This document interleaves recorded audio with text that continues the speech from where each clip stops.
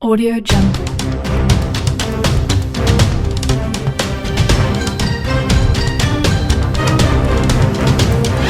Audio Jungle.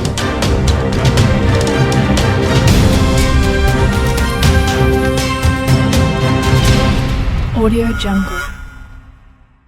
Britain has gone on the offensive in the fishing row against France as Brexit Minister Lord Frost today threatened legal action and Boris Johnson warned the EU not to side with France. After an AWK award show of bonhomie with Emmanuel Macron, the PM fired a shot across the bow of Commission President Ursula von der Leyen as they held talks at the G20 summit in Rome today. Lord Frost blasted a pattern of threats made by France to Britain and said the UK government is actively considering starting legal proceedings against the country. In a series of tweets, the Conservative peer rallied against comments made by French Prime Minister Jean Castex in a letter to Ms von der Leyen, that the UK should be shown it causes more damage to leave the EU than to stay in. Lord Frost said, "To see it expressed in this way is clearly very troubling and very problematic in the current context when we are trying to solve many highly sensitive issues, including on the Northern Ireland Protocol." Mayor Johnson slammed the rhetoric coming out of Paris and warned that threats, including a go slow on goods at Calais and blocking British trawlers from French ports, were completely unjustifiable and likely broke international law. Mr. Johnson and Mr. Macron shared a toe-curling fist bump as they leaned up next to each other for the family photo at the summit this afternoon. No diez has insisted they are friends despite the mounting sabre-rattling, which comes months before a tough French presidential election. Both the pair are expected to have a scratchy exchange over the issues during a one-on-one meeting tomorrow. A Downing Street readout of the discussion with Ms. von der Leyen said, "The Prime Minister also raised his concerns about the rhetoric from the French government in recent days over the issue of fishing licenses. The Prime Minister stressed that the French threats are completely unjustified and do not appear to be compatible with the UK-EU Trade and Cooperation Agreement or wider international law." The Prime Minister reiterated that the UK has granted 98% of license applications from EU vessels to fish in the UK's waters and is happy to consider any further evidence for the remaining 2%. Paris has so far threatened to increase checks on British boats, initiate a go-slow strategy with Calais customs arrangements, and increase tariffs on energy bills in Jersey. They are demanding that Britain grants more licenses to French fishermen to access British waters, and have tried to rope in the EU to the battle with PM Mr. Castex. Ms. von der Leyen is also at the summit this weekend. Lord Frost today slammed the pattern of threats coming from France. He added, "The threats made by France this week to our fishing industry, to energy supplies, and to future cooperation, for example through the Horizon Research Program, unfortunately form part of a pattern that has persisted for much of this year." As he set out yesterday to European Commission Vice President, Maroš Šefčovič, these threats, if implemented on November 2, would put the EU in breach of its obligations under our trade agreement. So we are actively considering launching dispute settlement proceedings as set out in Article 738 of the TCA. In a round of broadcast interviews this morning, Mr. Johnson warned that the UK could trigger the dispute mechanism in the post-Brexit trade agreement as soon as next week. But the chief of Calais Port County warned that Britain faces disaster if Mr. Macron follows through on a threat to block British trawlers from French ports. Asked about the situation this morning, Mr. Johnson said, "We are very keen to work with our friends and partners on all these issues. If another European country wants to break the TCA, the Trade and Cooperation Agreement, then obviously we will have to take steps to protect UK interests. If there is a breach of the treaty or we think there is a breach of the treaty, then we will do what is necessary to protect British interests." Mayor Johnson and Mr. Macron are holding talks about the Iran nuclear program along with Joe Biden and Angela Merkel in Rome this afternoon, and will meet one-on-one at the summit tomorrow. France's ambassador to London Catherine Colonna was hauled in by Foreign Secretary Liz Truss yesterday to face questioning and explain the disappointing and disproportionate threats made against the UK and Channel Islands. Two Royal Navy patrol vessels were said to be on a state of high readiness in case of further fallout, but there was no immediate sign they would be required. Mr. Johnson is using the G20 summit in an attempt to gain momentum ahead of the 26 pesos colombianos gathering next week. But has admitted that the chances of the climate event being a success are only 6 out of 10, and has been begging China to do more. The premier has had some light relief in the Italian capital, including walking the famous Spanish steps with his pregnant wife Carrie last night. Mrs. Johnson was today given a tour of the Colosseum along with other leaders' spouses while the summit talks continued. Boris Johnson today admitted that the chance of 26 pesos colombianos being a success is just 6 out of 10 as he begged China to do more to stop climate change. In a round of interviews at the G20 summit in Rome, where he is trying to gain momentum ahead of the gathering in Glasgow next week, the PM warned that the outcome is still in the balance. He painted a dire picture of the consequences if world leaders do not act, with civilization at risk of plunging back into the dark ages. He said that when the Roman Empire collapsed it could no longer control its borders, people came in from the east and climate change could cause similar disaster with contests for water, for food. The premier considered that there will be costs from moving to a net zero economy, which as promised the UK will do by 2050 but said it would also create high-skilled, high-paid jobs. If you increase the temperatures of the planet by 4 degrees or more as they are predicted to do remorselessly, you'll have seen the graphs, then you produce it as a really very difficult geopolitical events, he said. You produce shortages, you produce desertification, habitat loss, movements. Contests for water, for food, huge movements of peoples. Those are things that are going to be politically very very difficult to control. When the Roman Empire fell, it was largely as a result of uncontrolled immigration. The empire could no longer control its borders, people came in from the east, all over the place, and we went into a dark ages. Europe went into a dark ages that lasted a very long time. The point of that is to say it can happen again. People should not be so conceited as to imagine that history is a one-way ratchet. Tories are livid at the extreme attacks from French allies of Mr. Macron, who is facing a tough presidential election battle next spring. Briefing reporters in Rome this afternoon, the PM's spokesman said Mr. Johnson regarded Mr. Macron as a friend. But the spokesman said of France's streets, we don't think those are appropriate, we are acting well within the legal boundaries set by the TSA and we will continue to do so.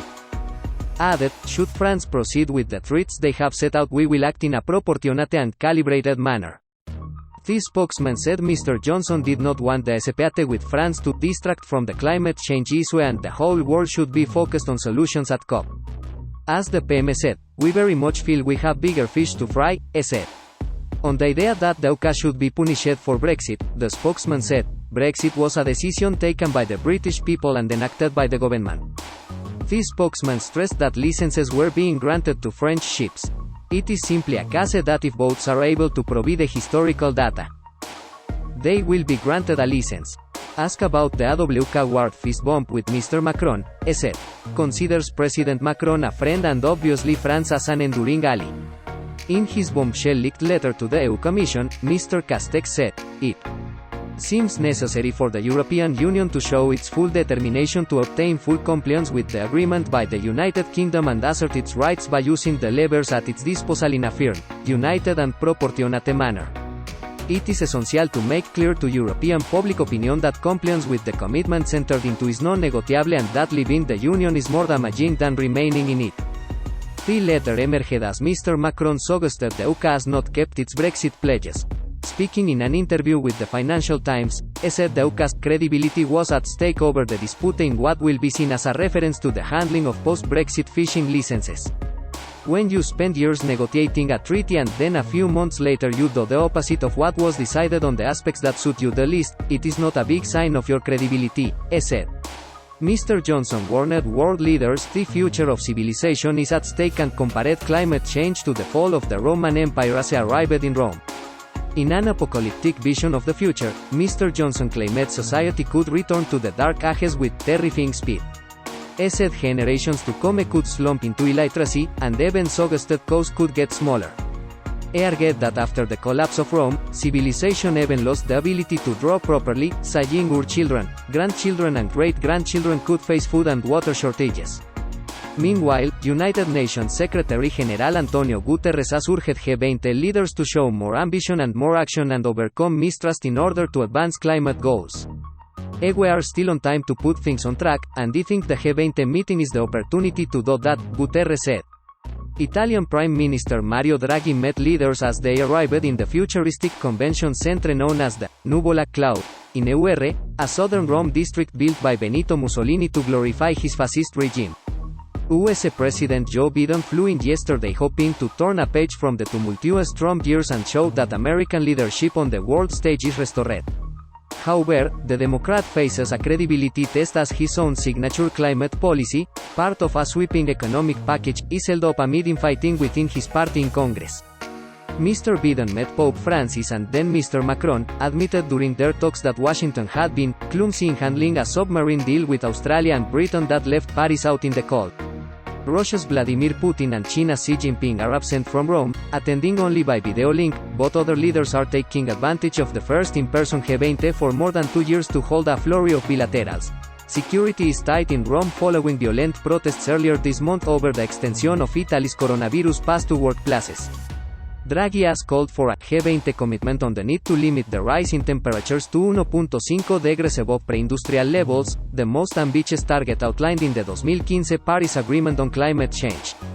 Mr. Johnson, the host of the Unclimate Summit next week, said neither the G20 nor the 26 pesos colombianos meetings could stop global warming, and the most we can hope to do is slow the increase.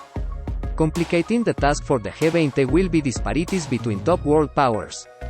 China, the world's biggest polluter and responsible for more than a quarter of all carbon emissions, has been accused of sidestepping calls to stop building new coal-fired power plants.